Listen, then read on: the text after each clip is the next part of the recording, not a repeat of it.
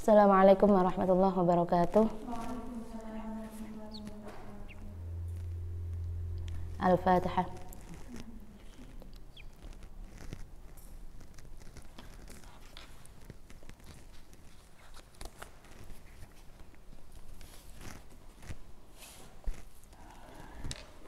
Kita sambung lagi ngaji As-Sittin Al-Adliyah, sudah mau habis ya, tinggal 3 hadis.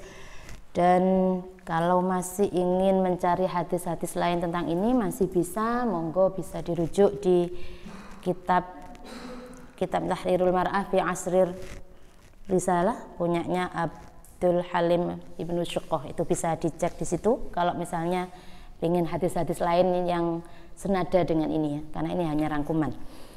Oke, kita baca hadis ke-58. Bismillahirrahmanirrahim.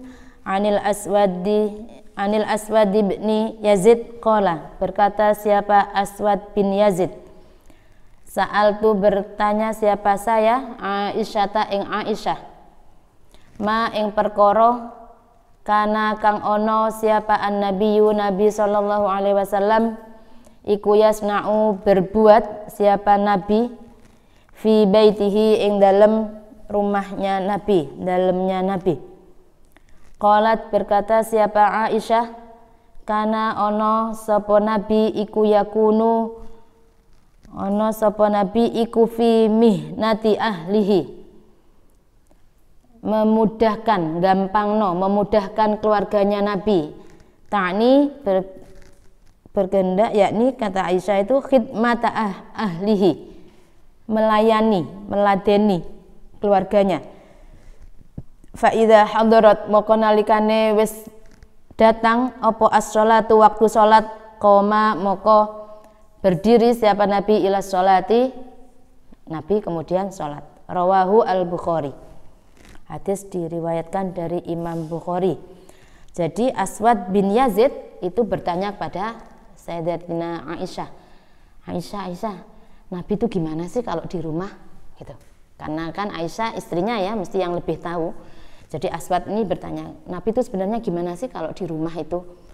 Kata Aisyah, kana yakunu fi mihnati ahlihi. Nabi itu gampangno membantu keluarganya. Ketika waktu sholat datang ya Nabi sholat gitu. Di sini bisa kita ambil pemahaman ya, Aisyah bercerita bahwa Nabi itu di dalamnya, di rumah tangganya itu fi mihnati ahli, selalu memudahkan, gampangno, memberi kemudahan, meladeni keluarganya, istrinya, putra-putranya.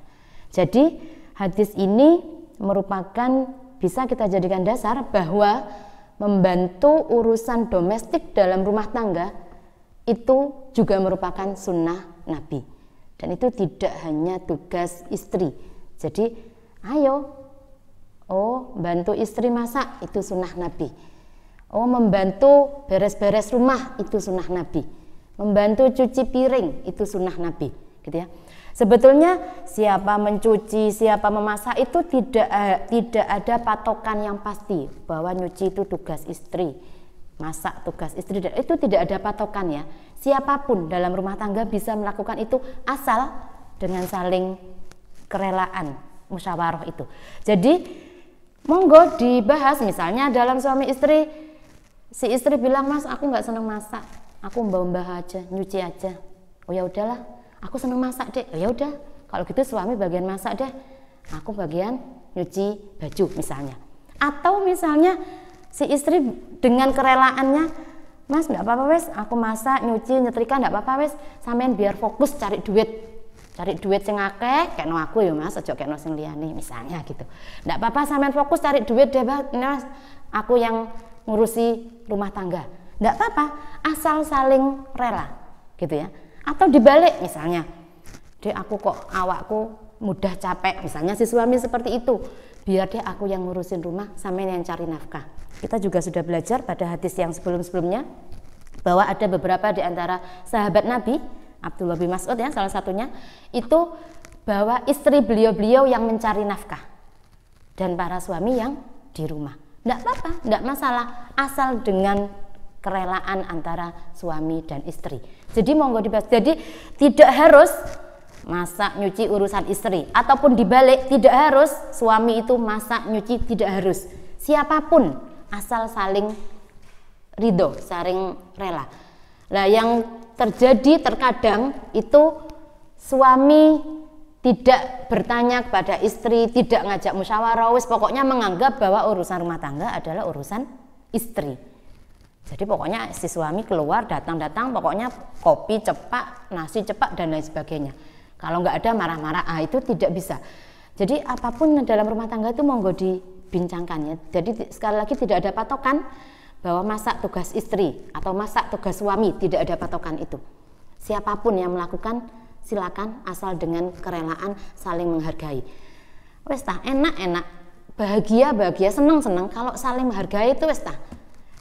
Umat tidak bisa mengungkapkan dengan kata-kata.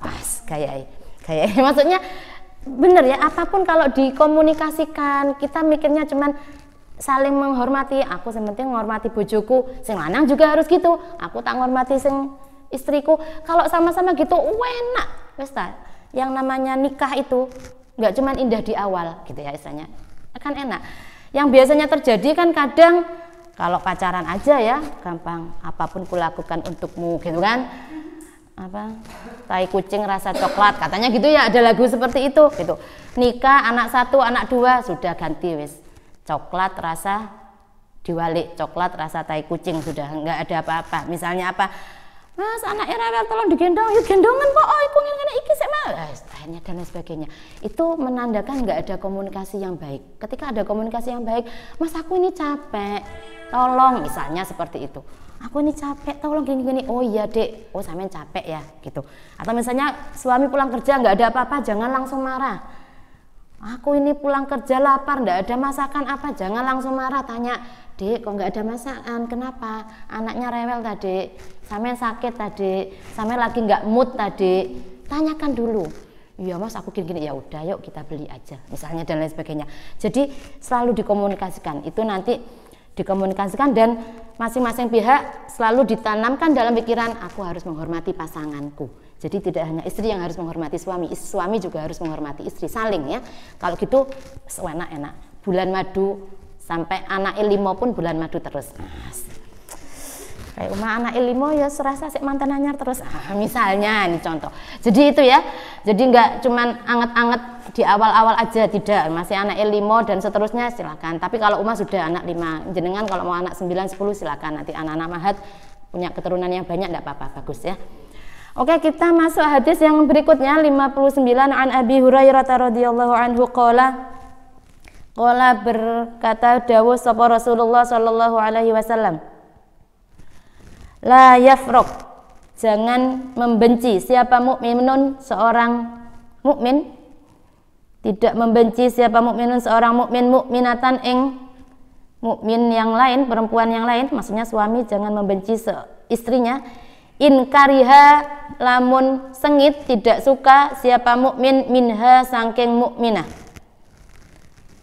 khuluqon ing akhlak, radiya moko ridho rela ikhlas sapa mukmin minha saking mukminah akhara ing yang lainnya. Au qala, dalam riwayat lain ghairahu, radiya minha akhara atau radiya minha ghairahu, rawahu Muslim. Lafaz la yafraq ay la yabghad, jangan marah, jangan benci. Ini ya. Jadi di sini kamu itu jangan membenci pasanganmu. Misalnya ada dari pasanganmu yang enggak kamu suka, maka ingatlah kebaikannya. Itu garis besarnya hadis ini ya. Kata Nabi, jangan membenci seorang terhadap pasangannya jika ada yang enggak suka di akhlaknya, karena ingatlah ada yang kamu suka mesti dari dia yang lainnya. Nah, jadi gitu. Jadi istilahnya gini, Nabi mengajarkan kita untuk memandang pasangan kita itu secara utuh. Ya, secara utuh dalam artian jangan dilihat kelemahannya saja atau jangan dilihat kelebihannya saja. Ketika misalnya kita jengkel sama pasangan kita, satu perilakunya, satu akhlaknya ada yang kita nggak suka, ingatlah ada sisi lain dari pasangan kita yang kita mesti suka. Jadi misalnya nikah baru 2 bulan baru ketahuan ternyata bojone embret-embret sing lanang males mandi misalnya, jengkel toh, malah bojoku tiba-tiba males adus.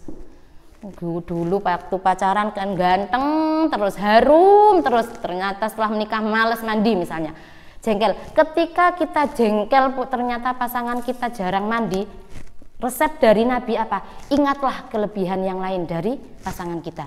Oh iya masih males adus tapi dia sabar jarno wis. Nah, kan akhirnya meredam kemarahan kita. Kita lagi jengkel, wes mambu gini, kita ingat mambu tapi sabar ya wis gitu. Pun sebaliknya sama. Misalnya ternyata punya istri sing tidurnya ngorok, walah ayu-ayu tiba ngorok misalnya. Waktu pacaran sik ketok ayune tok wangi ayu, bareng sudah menikah walah ayu-ayu tiba ngorok, jengkel, kecewa. Ingat yang lain. Masih ngorokan tapi dhek masakane enak misalnya gitu. Jadi ini resep dari Nabi ya, resep dari Nabi melihat pasangan kita itu yang utuh. Ketika kita jengkel, marah terhadap salah satu akhlaknya, salah satu sifatnya, maka ingatlah sisi lain yang itu kita mesti ada yang kita cocok, kita ada suka dan lain sebagainya. Ini mudah ya, maksudnya kalau ini tuh simple, mudah, kayaknya sepele tapi sulit. Karena ketika kalau kita lagi marah, yang ada di pikiran kita eleke metu kabeh. Ketika kita misalnya jengkel, dia males bau, yang ada dalam pikiran kita salah wis ireng, elek, ngono males adus, gituan. Yang kita ingat itu mesti ketika itu elek tok wis. Ngono salah mangane akeh, mari mangan gak gelem diringkes ya. Wah, kalau kita lanjutkan ya pikiran kita ketika marah itu nggak selesai. Terus gitu. Sulit memang ya. Ketika kita marah, kita ingat kebaikannya, itu memang sulit. Dan itu bisa dilatih, Jadi lagi jengkel, misalnya lagi tongkar apa jengkel, langsung ingat, oh iya, dia juga punya sisi kelebihan. Dia juga, oh iya dia sayang. Oh iya wingi aku kudu ditukokno cincin misalnya. Lagi jengkel gitu ingat, oh iya kapan hari aku dikasih hadiah ulang tahun cincin misalnya. Wis jadi kan bisa meredam. Atau kebalikannya ketika si istri membebel ya, kalau bahasa di Malaysia dulu membebel mulai dari kerja misalnya, lah kok disambut istrinya mas jengkel kan. Kadang suami seorang laki-laki kadang lagi kondisi capek pulang disambut istrinya seperti itu kan jengkel. Ketika itu jangan dilanjutkan jengkelnya, aku ini capek kamu, jangan gitu. Ketika bebel, oh samen yo ayu tiba nolek cerewet kayak gitu. Seperti itu. Ingat ketika dulu jatuh cinta sama istrinya karena cantiknya, karena apanya. Oh samen lek masih cerewet-cerewet ngono yo ayu to Dik ternyata. Gitu. Ketika itu bisa terjadi ya, bisa kita lakukan, itu sudah marah itu sebentar sudah selesai gitu. Dan ingat ini adalah resep dari Nabi ya. Resep dari Nabi, kita jengkel sama pasangan, ingat kebaikan. Dan ini bisa kita praktekkan kepada siapapun, dengan teman, dengan siapapun ya, dengan saudara, dengan teman dan lain-lainnya. Ketika kita lagi jengkel, ingat kebaikannya gitu. Dengan begitu itu akan bisa meredam amarah kita dan biar nggak berlanjut amarahnya. Dan kemudian kita ingat tujuan awal kalau dalam pernikahan ya, yo eling ya, jenenge pernikahan yo jenenge. Sekali lagi kan Umar pernah bilang bahwa pernikahan itu tidak hanya seorang laki-laki dan perempuan yang menikah, tetapi laki-laki dan perempuan, keluarga laki-laki dan perempuan, adat laki-laki dan perempuan, kebiasaan laki-laki dan perempuan, itu semua menikah. Jadi nggak bisa, tidak hanya individu seorang laki-laki dan perempuan aja yang menikah, tapi adat TDE ya harus menikah dengan adatnya si istri. Keluarganya suami juga harus menikah dalam artian kumpul dengan keluarga istri. Soalnya kadang si suami istri nggak ada masalah tapi keluarganya yang bermasalah dan lain sebagainya.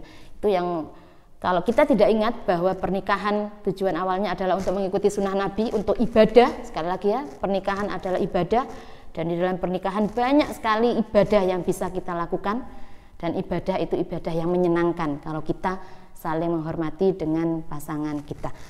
Oke, cukup sampai sini dulu. Tinggal satu hadis kita akan baca di pertemuan yang akan datang, sekaligus akan kita tutup ngaji kitab As-Sittin Al-Adliyah ini. Kurang lebihnya mohon maaf, mudah-mudahan bermanfaat. Assalamualaikum warahmatullahi wabarakatuh. Waalaikumsalam.